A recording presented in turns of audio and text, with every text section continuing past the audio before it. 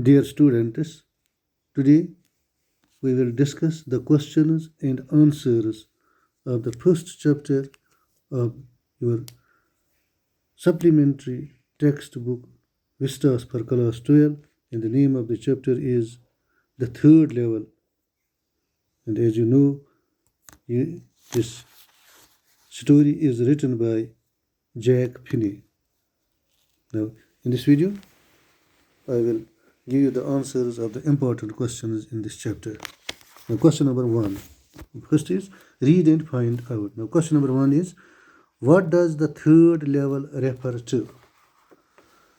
The answer to this question is the third level refers to the subway of the Grand Central Station that takes passengers to Galesburg, Illinois. The third level on the station was a medium of escape for Charlie, the narrator, from the harsh realities of modern life.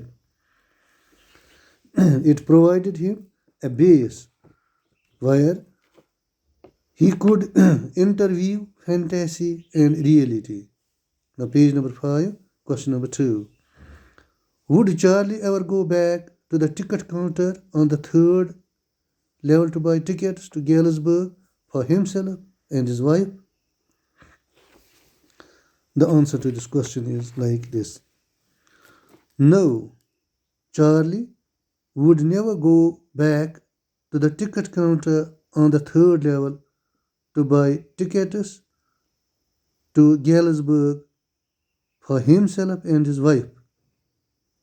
No, Charlie would never go back to the ticket counter on the third level to buy tickets to Galesburg for himself and his wife because third level was his imagination.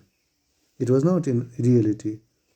The Grand Central Station had only 2 levels, so this third level was Charlie's imagination.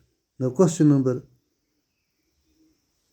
3, page number 7, reading with insight. The question is, do you think that the third level was a medium of escape for Charlie? Why? The answer to this question is,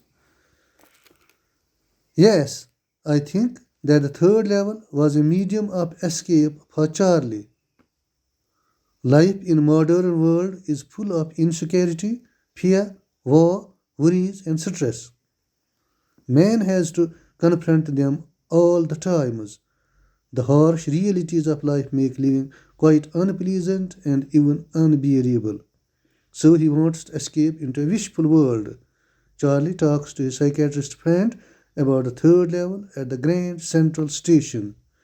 His friend calls it a walking dream wish fulfillment. Charlie possesses an escapist tendency. Even his stamp collecting is a temporary refuge from reality. This was answer to question number 1 on page number 7. Now, next question, number 2. What do you infer from Sam's letter to Charlie?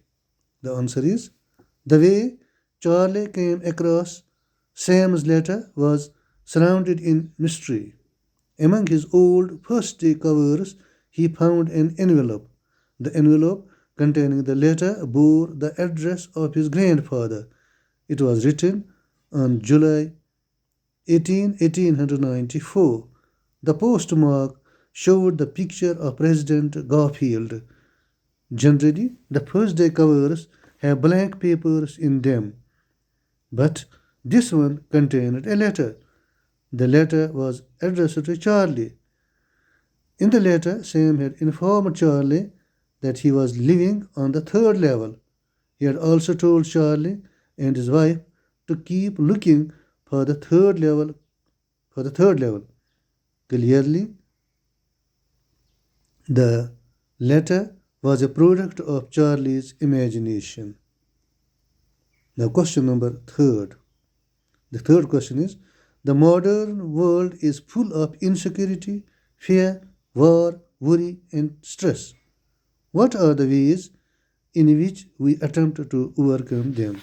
The answer to this question is, We can overcome the anxieties and insecurities bred by our inevitable existence in the modern world by getting involved in some practical and beneficial activities, cultivating hobbies, spending time with family and friends, going on trips and excursions, pursuing meditation and exercises help us live a balanced and healthy life.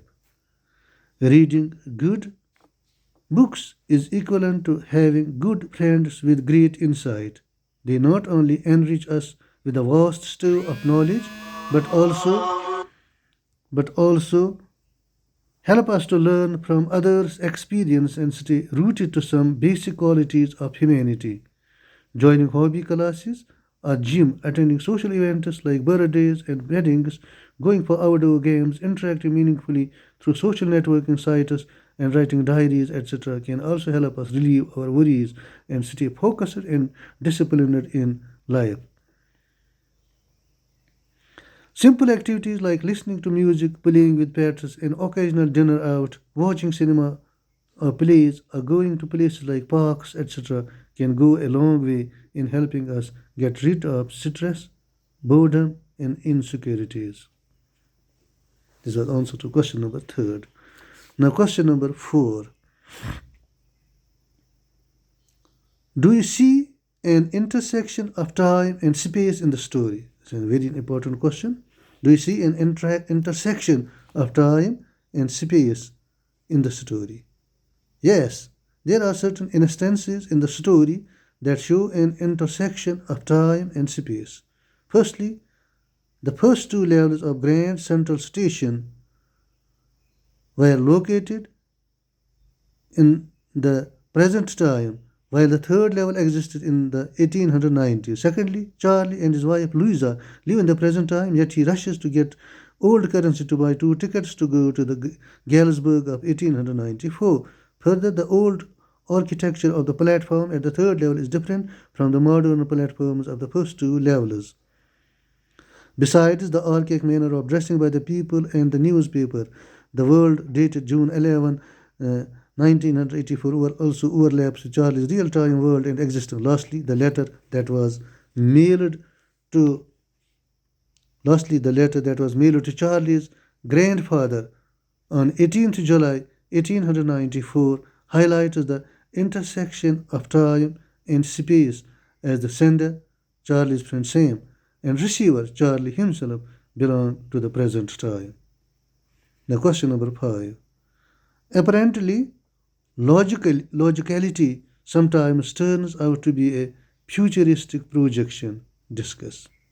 The answer to this question is: it is true that apparent illogicality sometimes turns out to be a futuristic projection.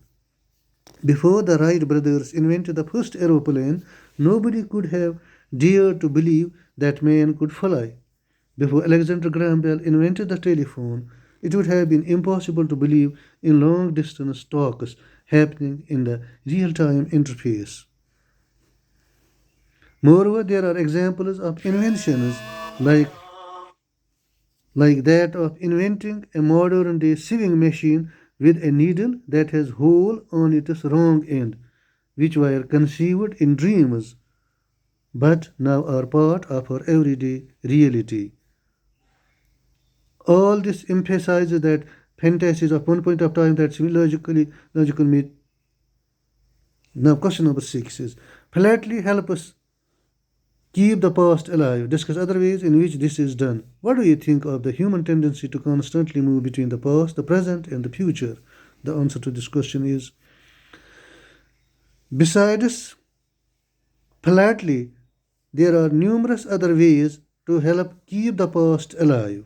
Collecting historical artifacts, paintings, and inscriptions in a museum, collecting and reading books, including autobiographies, biosketches, letters, and diary entries written in different eras.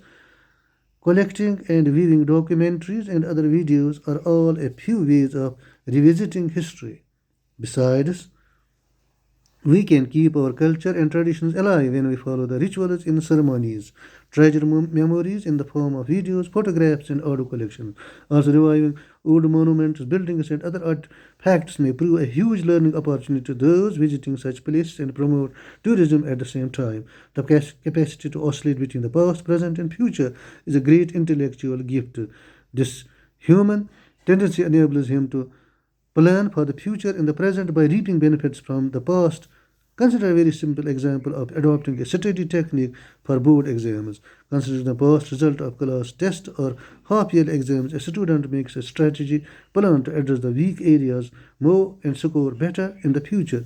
Thus, such a tendency helps in ensuring acceptance of the impact of important decisions taken at any point of time and learning from them.